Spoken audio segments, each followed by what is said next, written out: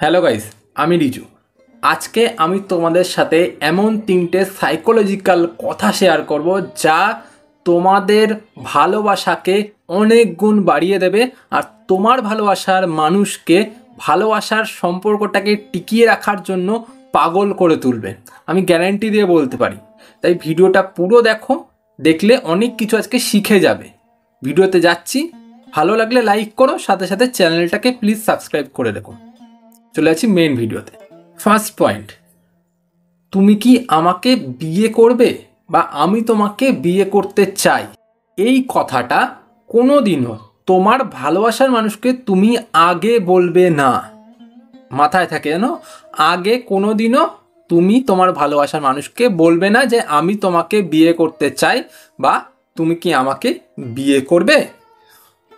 এই কথাটা যদি তুমি তোমার ভালোবাসার মানুষকে আগে থেকে বলে দাও, তাহলে ও এটা বুঝে যাবে যে এই মানুষটা আমাকে বিয়ে করতে চায়, মানে ও আমার প্রতি পুরোপুরি সমর্পণ দিয়ে দিল। ক্লিয়ার? এইবার আমি যা খুশি তাই করতে পারি। এবার ও কি করবে, ও তোমাকে সাইডে রেখে দেবে, মানে রিজার্ভে রেখে দেবে, দিয়ে এবার যা খুশি তাই করে বেড়াবে। তুমি কিছু করতেই পারবে না এবার। তাই কোনো সময় তোমার ভালোবাসার মানুষকে বলার দরকারই নেই বিয়ের কথা। বিয়ের কথা তুমি বলবে না, কিন্তু এমন কিছু কার্যকলাপ করবে যাতে এটা প্রমাণ হয় যে তুমি তার লাইফে কতটা বেশি ইম্পর্টেন্ট বা কতটা গুরুত্বপূর্ণ, যার জন্য তাকে তোমাকে বিয়ে করতেই হবে। বিয়ে যদি তোমাকে না করে সে, তাহলে তার ক্ষতি হয়ে যাবে বা তার লোকসান হয়ে যাবে। এমন একটা মানুষকে সে হারিয়ে দেবে যেই মানুষটাকে আর পাবেই না কোনোদিনও খুঁজে। বুঝতে পারলে? এমন করতে হবে। সেকেন্ড কথা, তুমি যতক্ষণ সম্পর্কটাকে সঠিকভাবে নেবে ততক্ষণ আমি সম্পর্কের জন্য নিজের জীবনটা পর্যন্ত দিয়ে দেব। কিন্তু তুমি যদি আমাকে কোনোদিনও ছেড়ে দিয়ে চলে যাও, তো তুমি যদি ভালো থাকো তো চলে যাও।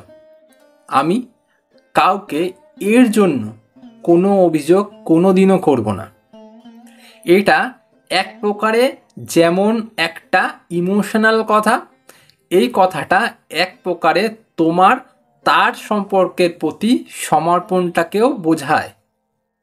তুমি তার সম্পর্কটার সাথে নিয়ে কতটা বেশি মানে দৃঢ়, এক কথায় সেটা কিন্তু এই কথাটাতে প্রমাণ হয়ে যায়। বুঝতে পারলে? তাই এই কথাটা তোমার ভালোবাসার মানুষকে তোমাকে বলতেই হবে। হয়তো সম্পর্কের এমন কোনো সময় এসছে যেইখানে সে তোমাকে পাত্তা দিচ্ছে না বা সে তোমাকে বেশি একটা গুরুত্ব দিচ্ছে না। এই সময় তুমি এই কথাটা প্রয়োগ করো। এই কথাটা তখন যদি তুমি প্রয়োগ করো, দেখবে সম্পর্কের ভেতরে তোমার একটা আলাদাই জায়গা তৈরি হবে। সে কিন্তু অন্য কাউকে আর নিয়ে আসতে পারবে না সম্পর্কের ভেতরে, বা অন্য কারোর দিকে সরে যেতে পারবে না।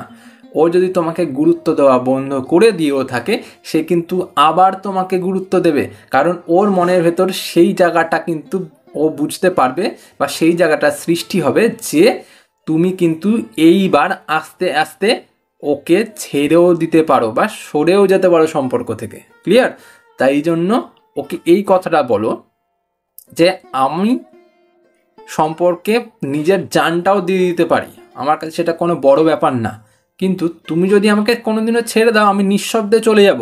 আমি কাউকে কোনো রকম অভিযোগ করব না এর জন্য যে তুমি আমাকে ছেড়ে দিচ্ছ। বুঝতে পারলে? এই কথাটা বলতে হবে তোমার ভালোবাসার মানুষকে।